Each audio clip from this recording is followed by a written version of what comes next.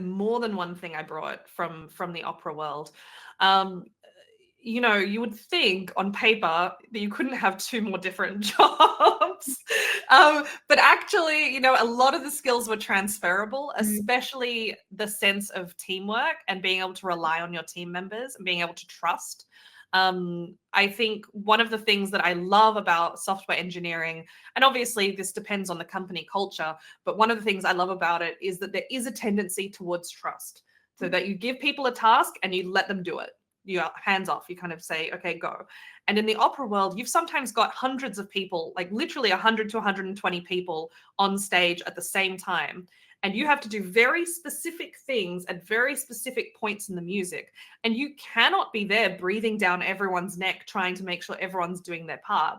You have to trust, okay, I'm going to go jump off that wall now, and there will be a mat underneath me because I know that Bob and James have the job of putting the mat underneath while everyone's looking over there. You know what I mean? So you have to be able to trust everyone implicitly.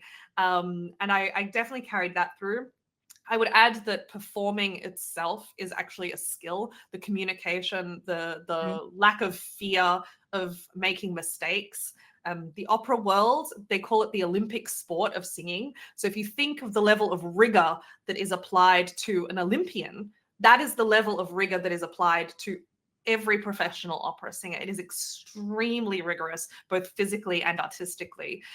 It's not like, we have no microphones. This is something some people don't know about opera. So you have an orchestra of 70 to 80 people in front of you, and you have to sing over them to reach an audience of thousands. That takes a physical effort. It is a very physical job.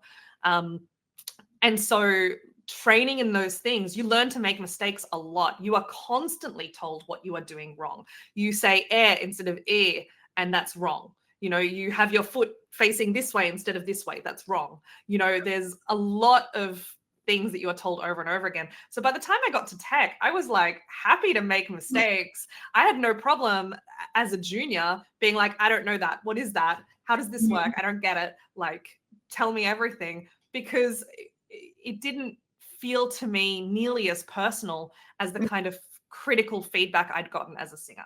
So that low ego, coming in and just being like, yeah, I'm here, I'm new. Obviously, I don't know anything. Tell me everything. That low ego helped me a lot in tech and still does.